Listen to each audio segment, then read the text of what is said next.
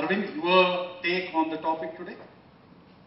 Yeah, it's I had to wind back into my early stages of Quest when we started as a two-people company in US, and how challenging was it for us to on the IT side.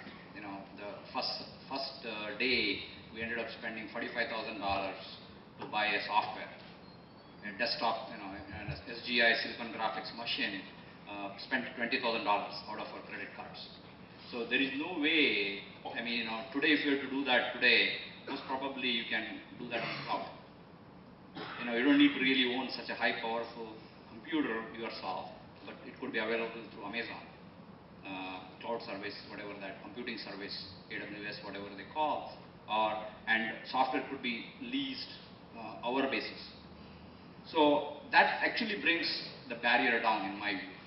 And also the challenges we had even set up email, servers, especially when we have operation global basis, US, India. So we need to have multiple locations and time zones we need to deal with compared to what it is today. It's when we started Aequs, we spun off Aequs, which is Quest Manufacturing. It just took us a day to call Microsoft, say we're going to go on 365, and we had 700 people transition overnight. And now I don't need to worry, we have a global operation. I don't need to worry about what it is out there. So I think it is definitely makes it easy for not only just on the desktop or just cloud, but also when we're looking at globalization, companies are trying to grow global, what kind of global infrastructure you want to build? Do we have capacity, ability to build as SME?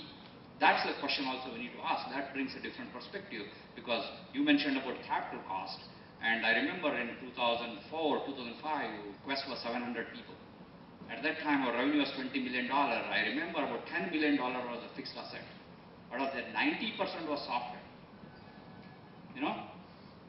And imagine how can you put that kind of a cost structure in a company, and still able to do that. We could have done easily much better. My growth would have been better if we had been able to lease the software by hour or whatever it is. Today in aerospace industry, it happens, airlines, powered by the hour. You pay what you use. Those things are yet to come, but there also has barriers in terms of there is no, today softwares are sold on geographic pricing. All that stuff will go away. When you do this cloud-based SaaS type of applications, you can't have that. So really they need to think through how they're going to transition into this cloud, and also that barrier can come down. But also whether they are proactively willing to do it or not on a global basis. Thank you.